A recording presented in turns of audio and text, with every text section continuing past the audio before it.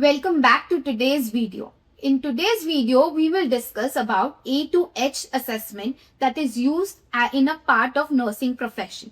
So let us start with today's detailed discussion on A to H assessment. So when a patient's condition, gets worsened, the nurses do not have actually time to think, where to start. This is where A to H assessment framework comes into the picture. In this structured and head to toe assessment framework, we will be covering the definition and the description of each and every letter from A to H along with hypothetical examples so that you all can better understand. So let's walk in towards the detailed discussion. Now starting with A to H assessment. A to H assessment is actually a part of ABCDE approach, which is used in emergencies so that no life-threatening component is ever missed while evaluating a patient. A for airway. Always check airway is open and it should stay open. Look, listen and feel for the signs of obstruction, gurgling and the seesaw chest movement. In case there is an obstruction or the airway is not clear, then this is addressed first before moving to the next component. B for breathing. Always check and count the respiratory rate, oxygen saturation and also observe effort. Is the patient using accessory muscles? Listen and hear to the sound of breathing on both the sides of the chest. Any deterioration in this step actually needs immediate attention of the doctors and the nursing staff. Coming to the third component, C. C means circulation. In this step, assess the blood pressure, rhythm, pulse rate and also measure the capillary refill time. Check the skin and temperature too, whether the temperature is cool or hot. Cool, mottled skin actually signifies the poor perfusion before blood pressure actually drops in. The fourth component is D. D means disability. In this component, always give a quick review of the neurological check. For this, use AVPU, alert, voice, pain and unresponsiveness. And you can even use GCS, which is Glasgow Coma Scale, for more details.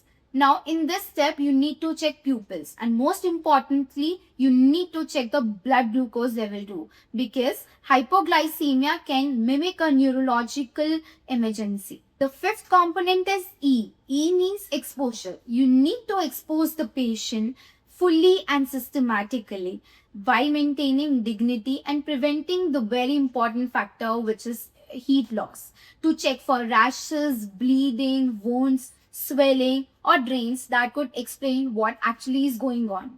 F stands for fluid balance. Review the fluid intake and output very carefully, which involves IV fluids, water intake, urine output, drains and any other losses that can happen through body. Under or over hydration can quickly destabilize a patient. So this needs your tracking very closely. Next component is G. G means glucose. So even if you are checked in disability for your blood glucose levels, let me tell you that glucose deserves its own importance and confirmation.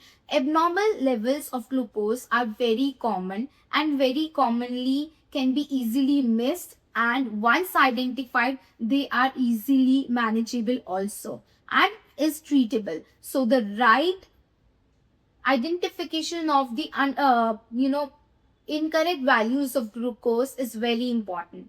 The last component is history and head to toe check. So it is the time to pull a bigger picture, which includes the past medical history, current medication, allergies, and the events leading up to now. This context often puts and explains findings from every letter that we discussed above. Now we are going to proceed with, a hypothetical case study so that I can explain you all the letters A to H in respect to this specific case study. Let us assume there is a patient, Mr. Alan Peters, who's 68 years old and was admitted to the hospital or healthcare setting 2 days ago following abdominal surgery. This morning, the nurse notices he seems to be very uncomfortable, disoriented, and drowsy than usual, what he used to. So she starts with A to H assessment. For this patient, A means airway. Airway was patent. He is talking in full sentences and no added sounds were observed. B. Breathing. Respiratory rate was 22 per minute. Oxygen saturation was 91% on room air, both outside and the normal range. Okay, moving to C, the circulation part. The heart rate is 108 beats per minute. Blood pressure is 98 by 60 mmHg and capillary refill is 3 seconds. So there is a possible sign of early shock here. D, disability means in this AVPU, like I mentioned, we will check through AVPU, shows that he responds to voice only and blood glucose is 5.2 millimole per liter, which is normal. Now coming to next component E. E is exposure. The abdominal wound dressing is soaked through with fresh blood. So if you notice, this is something concerning here. F, fluid balance. Urine output has dropped, again a concerning point, has dropped to 20 ml over the last hour, well below the expected minimum. G, glucose, reconfirmed like we confirmed earlier in disability also. It is 5.2 millimole per liter, ruled out as the cause.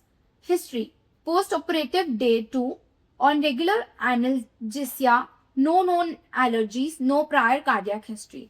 Now, when I put together all these points to post-operative bleeding leading to hypovolemia, low blood volume, which actually explains the fast heart rate, the low blood pressure, low oxygen saturation, which was actually 91% on the normal air, reduced urine output and drowsiness. So just a simple symptom of drowsiness actually forced the nurse to take A2H assessment, and this is how this type of assessments are carried out and the findings are declared.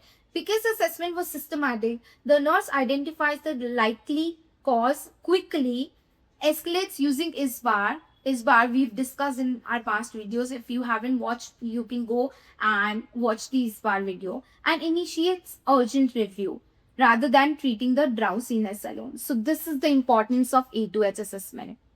Thank you.